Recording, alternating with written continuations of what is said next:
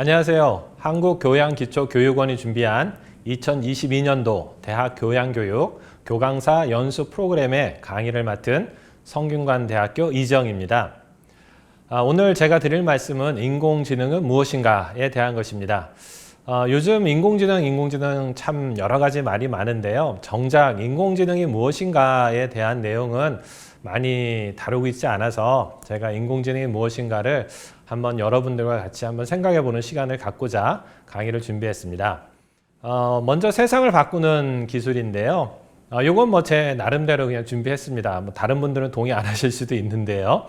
그래서 뭐 80년대는 PC, 퍼스널 컴퓨터가 세상을 바꾸는 기술로 떠올랐다고 볼 수 있고요.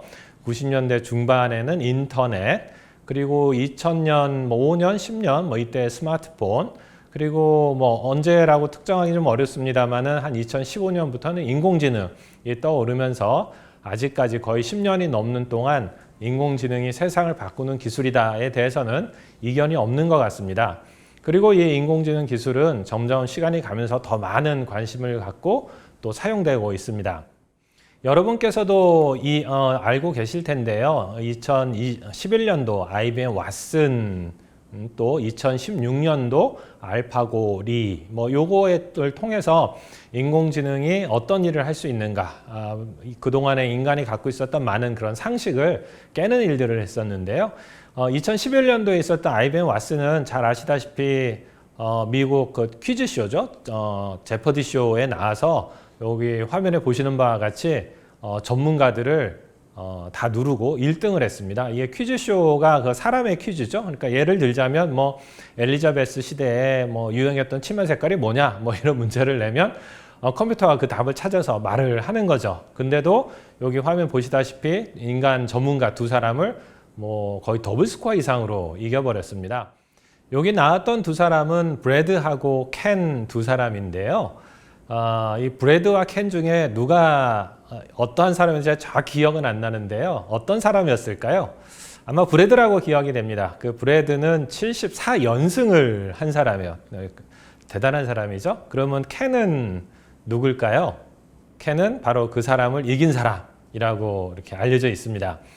그러니 뭐 당연히 이런 행사를 했던 IBM은 뭐 홍보를 위한 거니까 당연히 이렇게 두 사람을 뽑아서 대회를 해서 이겼습니다. 그거는 알파고가 이세돌하고 시합을 했던 거랑 똑같은 이유죠. 세계에서 가장 유명했던 사람을 이긴다. 우리는 그만한 인공지능 기술을 갖고 있다라는 거고요. 2017년도에는 이제 중국에 있는 사람들이 우리도 한번 해보자. 근데 이제 중국 한 명이 아니라 마스터들이 이제 여러 명이 모여서 알파고 하나와 인간 전문가 여러 명이 했음에도 불구하고 지는 일이 일어났습니다. 그래서 이러한 사건을 보시면서 많은 분들이 생각을 하세요. 나도 해야 되나? 뭐 이러다가 인간을 지배하는 거 아니냐? 4차 산업혁명이다. 또 일자리가 다 없어진다. 이거 유행 아니냐? 뭐 이러다가 이게 말 거다. 내가 세상에 그런 기술을 한두 개 본 줄 아냐? 이러다 없어질 거다. 또는 이거는 뭐 공대에서는 하는 거지 우리까지는 이거 영향이 없는 거다. 그냥 나는 기존에 하던 거 열심히 하면 될 거다. 뭐 이런 여러 가지 의견들이 있습니다. 근데 이러한 많은 의견과 생각 중에서 정작 AI가 뭔가에 대한 논의는 그렇게 많은 것 같지 않고 뭔가 좀 뜬구름 잡는 그런 이야기들이 많이 진행되는 것 같아요. 그래서 이 시간에는 진짜 AI가 무엇인가, 우리는 또 AI를 어떻게 이해를 해야 되고 AI 가지고 우리가 할 수 있는 것들은 무엇이 있나, 그런 걸 좀 간단하게 한번 살펴보도록 하겠습니다. 그래서 진짜로 AI는 뭔가를 만드는 건데 인간이 뭔가를 만들어냈죠. AI라는 걸 만들어냈는데 정말 그 AI가 무엇인가를 한번 살펴보도록 하겠습니다. 먼저 AI 말씀을 드리기 전에요. 인공지능이라고 하니까 뭔가 인공적으로 지능을 만든다라는 이런 생각을 하시죠. 그래서 실제로 우리가 그런 인공지능을 만들 수 있을까? 뭐 그거부터 좀 고민을 해봐야 될 것 같습니다. 근데 사실은 제가 드린 말씀은 요 슬라이드보다도 그 다음 슬라이드가 더 중요한데요.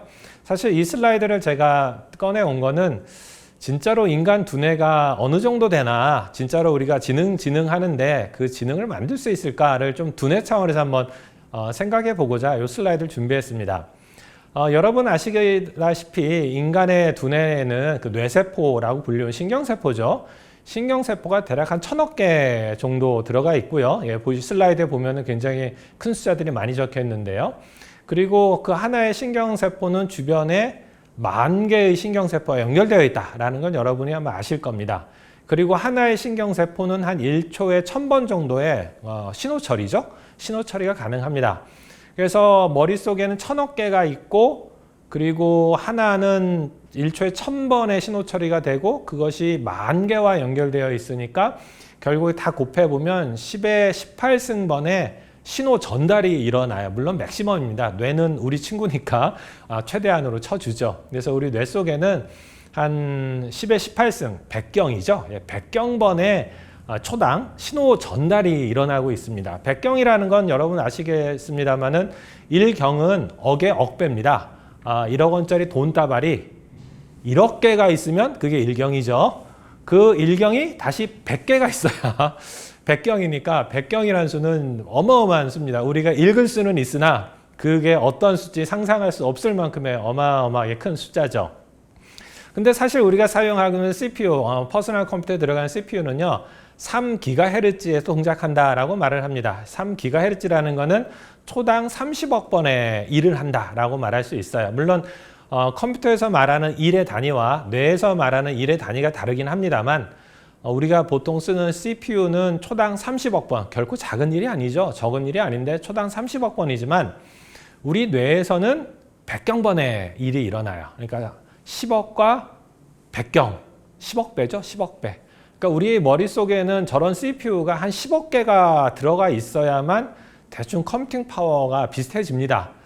이런 걸 생각하면 진짜로 아무리 하드웨어가 빨리 발전하지만 진짜로 인간과 같은 컴퓨터를 만들 수 있을까를 생각하면 글쎄요, 뭐 언젠가라는 단서를 붙이면 가능하겠지만 그 언젠가가 언제냐라고 묻기 시작하면 뭐 누구는 5년이다, 10년이다, 누구는 100년이다, 뭐 다양한 의견이 나올 수밖에 없겠다라는 생각을 우리 할 수가 있습니다. 그래서 일단 두뇌 차원에서도 인공지능이라는 걸 만들 수 있을까라고 질문하면 글쎄 이게 당장의 문제는 아닐 것 같다라는 생각이 드는데요.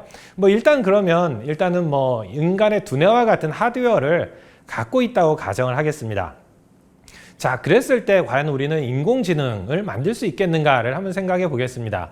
먼저 인공지능이라는 단어는요, 그 다트머스 대학 컨퍼런스에서 컴퓨터와 인지과학자들, 컴퓨터 과학자들과 인지과학자들이 자기네들이 하는 연구 분야를 뭐라고 이름을 지을까 고민하다가 Artificial Intelligence라고 1956년에 이름을 지었어요. 굉장히 오래됐죠. 오래된 말입니다. 근데 이 Artificial Intelligence는 제가 생각한데 최소한 공학에서는 최대로 성공한 명령이에요. 최대로 성공했습니다. 왜냐하면 보통 우리가 그 연예인들 생각을 하면 연예인들의 조건이 뭡니까? 일단 대중과 가까워야 됩니다. 그래야죠. 어디 막 부처님 쳐다보듯이 이렇게 멀면 곤란하잖아요. 그래서 굉장히 가까워야 돼요. 근데 동시에 무조건 가깝다고 옆집 아저씨처럼 그 내복 입고 돌아다니는 모습까지 보여줄 수는 없잖아요. 그래서 어느 정도 신비감은 유지해야 돼요. 이게 굉장히 어려운 일이죠. 굉장히 가까운데 신비감이 있어야 한다. 이 조건이 맞는 게 연예인이어야 하는데요. 바로 인공지능이란 말이 바로 그 단어예요. 무슨 얘기냐? 여러분들께서도 인공지능이라는 말을 딱 들으셨을 때 인공지능 하고 하면 느끼셨을 거예요. 마치 내가 이해한 듯 하죠. 그러나 정작 근데 인공지능이 뭐야? 라고 이제 차근차근 생각하기 시작하면은 오리무중에 빠져요. 이게 뭔 소리지? 뭐 하겠다는 거야? 아마 지금 듣고 계신 여러분도 마찬가지 느낄 겁니다.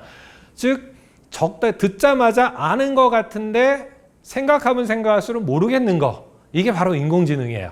그래서 이렇게 서로 모르는 단어인 인공지능을 놓고서 서로 논의를 하고 있는 아주 묘한 일이 일어나고 있습니다. 그래서 저는 사실 인공지능이 무엇인가를 방해하는 가장 큰 요소 중에 하나가 뭐냐면 인공지능이란 이름이 인공지능의 본질이라면 좀 그런데요. 그거의 참 모습을 사람들이 이해하는데 굉장히 큰 방해를 하고 있다라고 생각을 하고 있습니다. 그러면 이제 우리가 인공지능이 무언가를 이해하려면 한번 제가 사전을 찾아봤습니다. 인터넷에 있는 우리말쌤이라는 사전이 있더라고요. 거기 보면은 인간의 지능이 가지는 학습 추리 블라블라블라 해가지고 인지과학 등을 응용한다라고 이렇게 되어 있어요. 뭐 읽어보면 이해될 것 같기도 하고 뭐 저거 하나만 한 소리 같기도 하고 사실 그렇죠. 그러면 인공지능이니까 그러면 인공은 빼버리고 지능은 뭔가 하고 찾아봤더니요. 이건 더 어려운 말이에요. 새로운 대상이나 상황에 부딪혀 블라블라블라 지적 활동 능력. 이게 무슨 소리입니까? 지능은 지적 활동 능력이래요.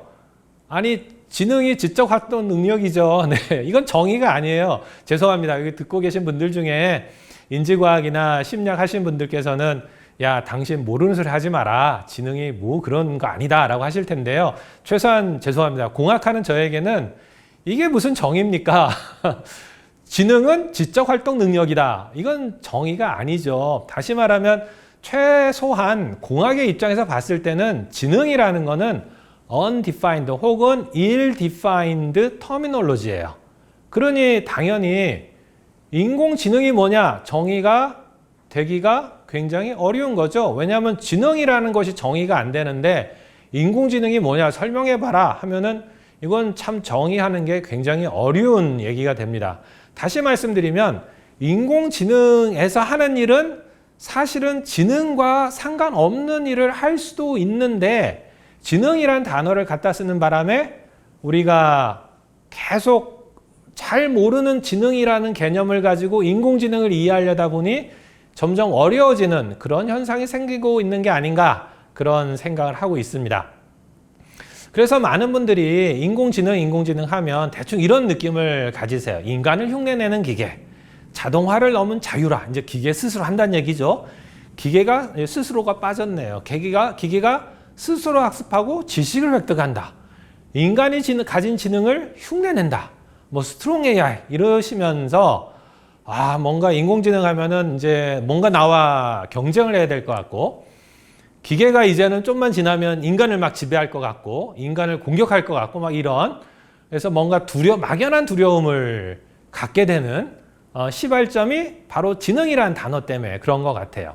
그래서 인공지능 하면 빠지지 않고 등장하는 단어가 바로 지능과 인간이라는 단어고 이 두 단어가 인공지능이 무언가를 이해하는데 상당히 헷갈리게 하고 있다라고 생각이 됩니다. 자, 그러면 이제 거의 다 말씀을 드렸는데요. 앞에서도 말씀드렸듯이 자, 그럼 우리가 인간의 두뇌만큼 아주 훌륭한 하드웨어를 갖고 있다라고 치자. 자, 그 다음에 우리가 그러면 그 하드웨어를 이용해서 우리가 지능 혹은 지능을 가진 기계 혹은 생각을 하는 기계를 만들 수 있냐라는 거에 대해서 우리 같이 한번 생각해 보도록 하겠습니다. 자, 이걸 들으시는 분들 중에 한번 지금 투표를 좀 해보겠습니다. 자, 하드웨어는 엄청나게 훌륭한 하드웨어가 있다고 쳤을 때, 자, 우리는 생각하는 기계를 만들 수 있다. 그게 언제인지 모르겠어요. 뭐 내년이 됐든 5년 뒤가 됐든 10년 뒤가 됐든 아니면 넉넉히 뭐 200년 뒤가 됐든 1000년 뒤가 됐든 간에 그 시간은 한정하지 않고 생각하는 기계를 만들 수 있다라고 생각하시는 분은 지금 손을 들어주시고 아무도 안 보죠. 그 다음에 아니다. 무슨 생각하는 기계를 어떻게 만드냐. 기계는 생각할 수 없다. 그런 건 만들 수 없다라고 생각하시는 분께는 지금 한번 손을 들어주시기 바랍니다. 아직도 마음의 결정을 못하신 분들께서는 제가 3초를 드릴 테니까 빨리 결정을 하시기 바랍니다. 자, 여러분은 어떻게 생각하시나요? 진짜로 우리는 생각하는 기계를 만들 수 있다, 없다? 이거는 솔직히 말씀드리면 저도 많이 힘든 질문인데요. 자, 이건 근데 의외로 간단할 수 있습니다. 제가 지금 드리는 말씀은 뭐 심리학적이나 인지심리학 뭐 이런 거랑 상관없이 완전히 공학적 관점에서 말씀을 드리는 거예요. 자, 지능을 가진 기계를 만들자 혹은 생각하는 기계를 만들자라고 하면 당연히 무엇을 먼저 정의를 해야 되는 거죠? 지능, 생각이 무엇인가에 대한 정의가 있어야 됩니다. 왜냐하면 생각을 만들자고 하는데 생각이 뭔지 몰라요. 어떻게 만들어요? 생각에 대한 정의가 있어야 됩니다. 자, 근데 우리 생각해 보시죠. 생각에 대한 정의가 있나요? 생각이 뭔가요? 생각에 대한 정의는 제가 말씀을 드릴게요. 생각이 무엇인지 아무리 생각해도 생각나지 않는 게 생각이에요. 동의하시죠? 네. 안타깝게도 우리는 지능이 무엇인가, 생각이 무엇인가 정의를 갖고 있지 않습니다. 물론 뭐 인지심리학 뭐 이런 하시는 분들께서는 나름의 정의를 갖고 계시겠지만 결코 공학적 정의는 존재하지 않아요. 그 얘기는 무슨 얘기냐? 어떤 분이 나는 생각하는 기계를 만들었어 라고 주장을 하더라도 다른 분이 야 그게 무슨 생각이야 그 말 같지도 않은 소리 하지 마 라고 할 수 있다는 겁니다. 왜냐하면 생각에 대한 동의한 바가 없거든요. 우리가 생각이 무엇인지. 지능도 마찬가지예요. 나는 지능을 가진 기계를 만들었어 라고 어떤 분이 주장을 해도 그게 무슨 지능을 가진 거야 그건 지능이 아니야 라고 말해도 전혀 이상하지 않은 상황이에요. 자 그럼 과연 이 상황에서 우리가 인공지능을 할 수가 있을까요? 만들 수가 있을까요? 만들 수가 없습니다. 그래서 사실 우리가 지금 인공지능을 가지고 뭐 사람을 흉내내네, 사람을 따라가네, 어쩌네, 저쩌네 하는 것들은 사실은 참 정답이 없는 얘기들을 누구도 답할 수 없는 얘기들을 우리가 하고 있다라고 말할 수 있어요. 그러니까 어찌 보면 굉장히 소비적인 논의를 하고 있는 거라고 할 수가 있는 것이죠. 자 그러면 오케이 그러면 당신은 인공지능을 뭐라고 생각하냐라는 또 질문을 하시겠죠. 저는 소위 인공지능이라는 걸 연구하는 사람인데요. 저는 굉장히 공학적으로 정의를 합니다. 인공지능은 문제를 해결하기 위한 도구입니다 라는 굉장히 이렇게 브로드한 굉장히 스페시픽하진 않죠. 그런 정의를 합니다. 문제를 해결하기 위한 도구다 라는 건데요. 그러면 도대체 인공지능하고 문제를 해결하기 위한 도구하고는 무슨 상관이야 라고 생각하실 텐데 그 이전에 또 이런 분이 계실 거예요. 아니 문제 해결 도구는 이 세상에 굉장히 많잖아. 예를 들면 수학, 그렇죠? 예, 수학은 문제 해결 도구 중에 하나죠. 아니 그럼 문제 해결 도구도 굉장히 많은데 왜 AI가 필요하냐? 그냥 기존에 있던 문제 해결 도구를 쓰면 되지. 그리고 그러면 필요하다고 치자. 그럼 어떤 문제를 해결하는데 AI가 필요하냐? 그러니까 다시 말씀드리면 기존에 있던 문제 해결 도구가 많은데 그걸로 못 푸는 문제가 있다는 소리 아니냐. 그러니까 못 푸는 문제가 있으니까 AI를 쓰자는 얘기 아니냐라는 그런 질문이죠. 네, 그런 질문에 답하기 위해서 제가 여러분께 문제를 하나 내도록 하겠습니다. 자, 이 사진에 있는 화면에 보이는 이 사람은 누군가요? 물론 뭐 보시자마자 그냥 아인슈타인이다 라는 걸 금방 아셨을 겁니다. 제가 여러분께 드린 문제는 이 사람이 누구냐가 아니었고요. 다음이 진짜 문제입니다. 당신은 이 문제를 어떻게 풀으셨습니까? 가 질문이야. 이 문제를 어떻게 푸셨죠? 수학으로 푸신 분 계세요? 덧셈 뺄셈 미분 곱하기 적분 한 다음에 뭐 나누고 뒤집고 엎었더니 아인슈타인이라고 결론을 내신 분 계신가요? 물론 있을 수도 있습니다. 없죠? 예, 없어요. 여러분은 이 문제 어떻게 푸셨어요? 기억에 의해서, 그죠? 기억에 의해서, 경험에 의해서 이렇게 푸셨을 겁니다. 그러면 기억과 경험을 가장 컴퓨터스러운 단어로 표현하면 뭘까요? 경험에 의해서, 기억에 의해서, 과거에 봤으니까를 풀면 뭐죠? 바로 데이터야, 데이터. 그죠? 예. 여러분은 이 문제를 데이터를 이용해서 푸셨어요. 가장 경험, 지식, 이런 기억, 이거의 가장 컴퓨터스러운 단어는 데이터입니다. 여러분은 바로 이 문제를 데이터를 이용해서 해결을 하신 거예요. 자, 그러면 AI가 무엇이냐? 바로 이렇게 말씀을 드릴 수가 있습니다. AI란 데이터를 이용하여 문제를 자동으로 해결하는 기술이라고 말할 수 있습니다. 물론 이 정의는 AI에 대한 정의는 아닙니다.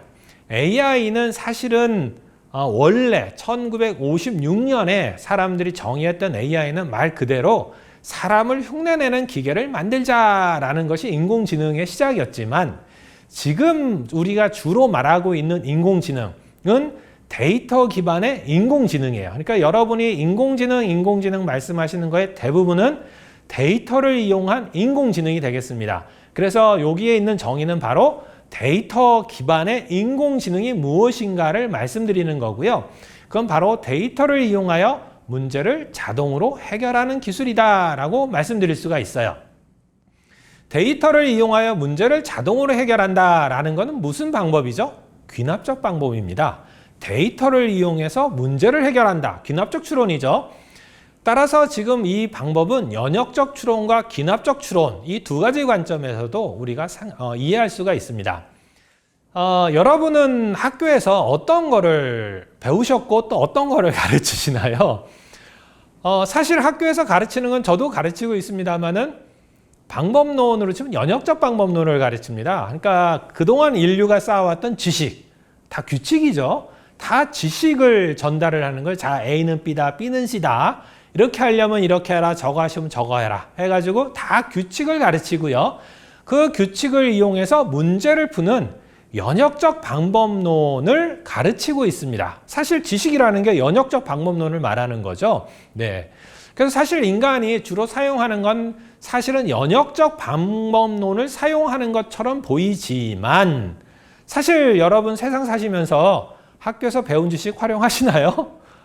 간단한 문제를 여쭙겠습니다. 오늘 점심 혹은 드셨거나 아직 드실 예정이실 텐데 오늘 점심 메뉴 뭐 먹지? 를 가지고 연역적 추론을 하시는 분 계세요? 그러니까 규칙으로 하시는 분 계신가요? 아니죠. 다 경험 기반 추론을 해요. 사실 인간은 굉장히 많은 문제를 다 귀납적 방법으로 해결하고 있습니다.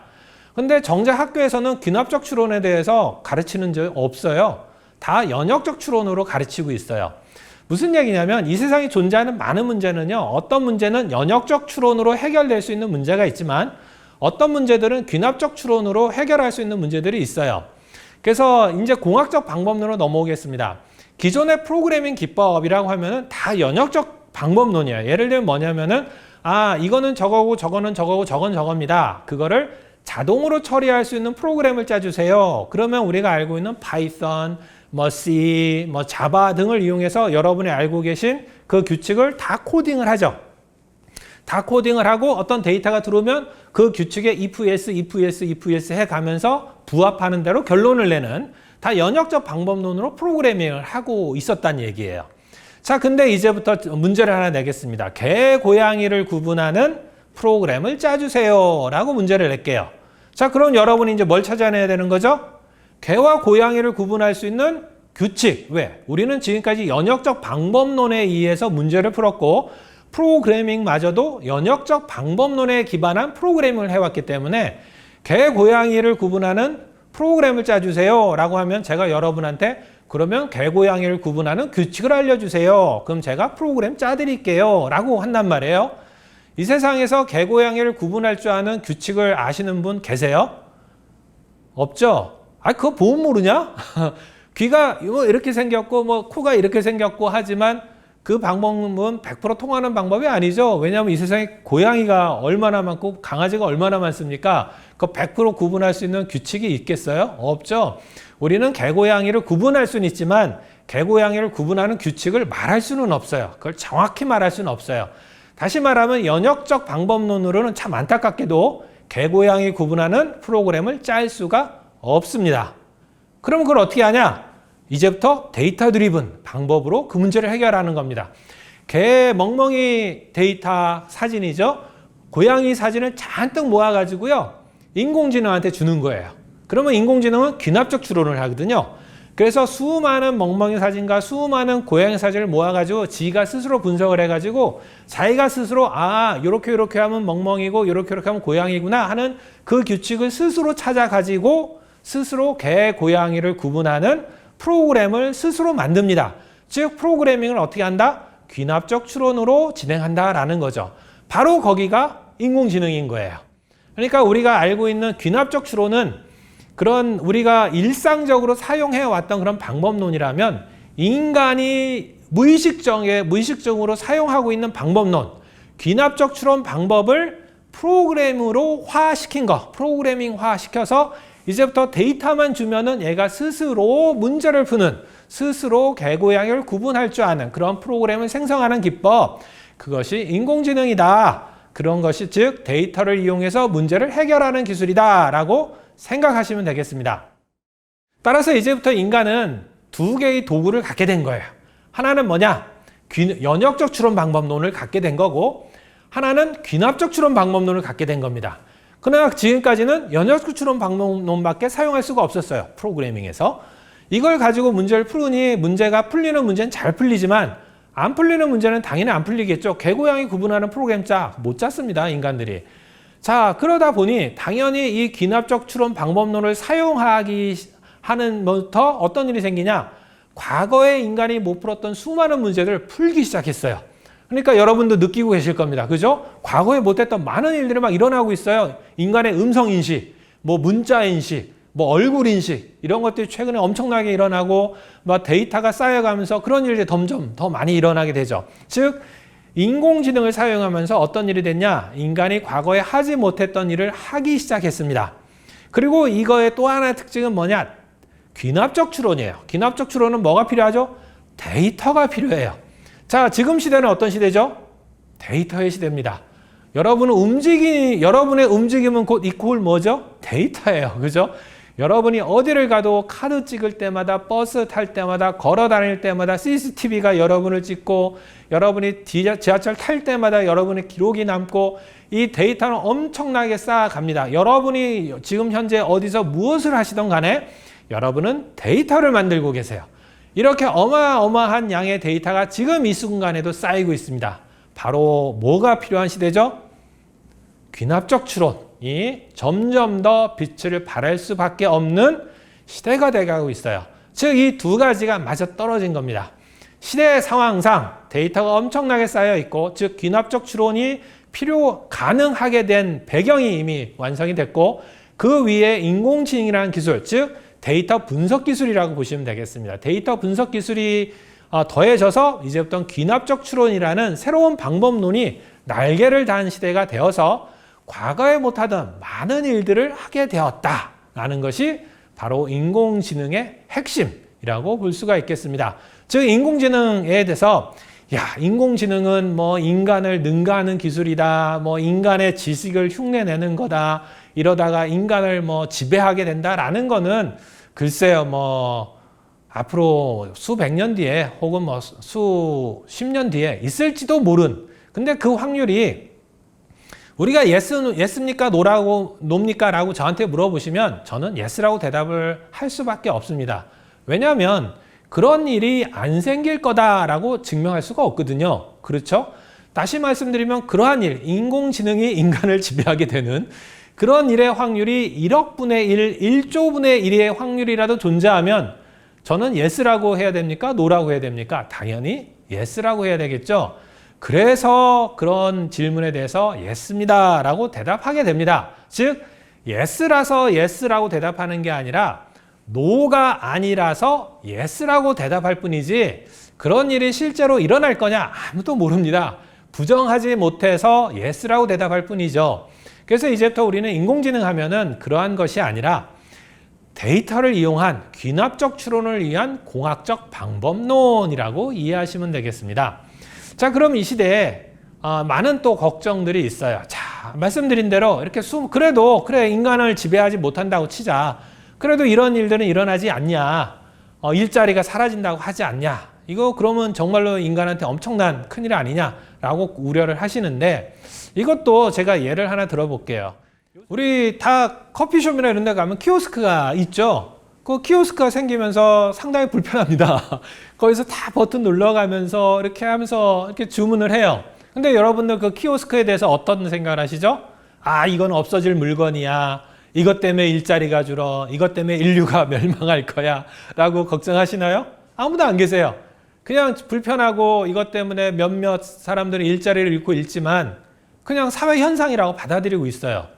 거기에 AI가 있나요, 없나요? AI가 없어요. AI가 없어도 일자리는 없어지고 있습니다. 과연 AI 때문에 없어지는 일자리의 양과 그냥 AI와 상관없이 사회 현상 때문에, 기술의 발전 때문에 없어지는 일자리의 양, 어떤 게 많을까요? 그러면 AI 때문에 일자리가 없어지는 걸까요? 그냥 기술의 발전 때문에 사회가 변화가 되고, 사회가 변화가 되니까 일자리에 변화가 생기는 걸까요? 네, 아마도 후자가 맞지 않겠습니까? 그래서 우리가 이런 AI에 대한 우려는 제가 너무 긍정적인 관점만 보는 건지는 모르겠습니다만 그런 사회 변화의 일부일 뿐이다 라고 생각이 됩니다. 자, 그러면 여기 제가 나열한 학무 분야들 중에서 미래에 없어질 것 같은 분야가 있나요? 국어 국문학 없어질 것 같지 않습니다. 경영학 이것도 마찬가지고 조교강은 어떻습니까? 정말로 필요하지 않습니까? 우리 아름다운 우리 환경을 만들어주는 학문 아니에요. 자, 그러면 도대체 AI 때문에 무슨 일자리가 사라질까요? 사실 나열해보면 그치 많은 걸 나열하기가 어려워요. 물론 그 슈퍼에서 이렇게 포스 찍는 분들 없어질 거다. 회계사들이 없어질까? 이런 얘기들 하는데 회계사가 없어질까요? 잘 모르겠습니다. 진짜 중요한 거는 학문이 없어지는, 분야가 없어지는 게 아니고요. 제가 판단컨대 직능, 이 안에서 하는 일이 바뀔 거라는 거예요. 왜냐하면 국어 국문학이든 뭐든 여기 나열한 모든 분야에는요, 다 데이터가 쌓이고 있습니다. 동의하시죠? 심지어는 미술학에서도 데이터가 쌓이고 있어요. 그렇죠? 네, 데이터가 쌓이고 있어요. 자, 그럼 앞으로의 국어 국문학, 경영학, 미술학, 음악학, 조경학, 이것이 과거의 것과 미래의 것이 동일할까요? 동일하지 않을 겁니다. 사실은 없어지는 게 문제가 아니고 해야 할 일, 국어 국문학에서 해야 할 일, 체육학에서 해야 할 일들이 바뀌게 되는 게 더 중요한 문제가 되는 것이죠. 그래서 이 AI라는 것은 어떤 특정 분야의 몇몇 사람들이 해야 할 일이 아니라 이 세상에 사는 모든 사람들이 겪어야 할 시대의 변화가 될 것이다 라는 것이 훨씬 더 중요한 문제라고 생각이 됩니다. 그래서 앞에서 말씀드린 대로 이 AI라는 거는 우리가 AI가 돼서 인간을 지배한다, 인간의 지능을 만든다, 드디어 이 AI가 자아의식을 갖게 된다, 이러한 논의는 물론 중요한 논의일 수는 있겠습니다만 사실 현실적이고 실용적인 관점에서는 그리 임팩트가 있는 논의라고 생각되진 않고, 진짜로 핵심은 바로 데이터 기반의 새로운 문제풀이 기법에 대한 공학적 어프로치들이 개발되고 있다. 그것들이 우리 생활에 큰 변화를 초래하게 될 것이고 몇몇 분야가 아니라 모든 분야에 큰 변화가 초래가 될 것이다. 그래서 이것을 이렇게 강 건너 불구경하듯이 그거는 저 사람이 할 일이고 나는 내일만 하면 된다 라는 입장보다는 우리가 그러한 변화를 적극적으로 수용해서 앞으로 변화되는 세상에 저 기술들을 내 도메인에 어떻게 활용할 것인가를 고민하는 것이, 또 그것이 이 변화하는 사회에 서 있는 우리로서 올바른 인식, 그런 자세가 아닐까, 그런 생각을 합니다. 네, 이렇게 간단히 인공지능은 무엇인가에 대해서 말씀을 드렸습니다. 감사합니다.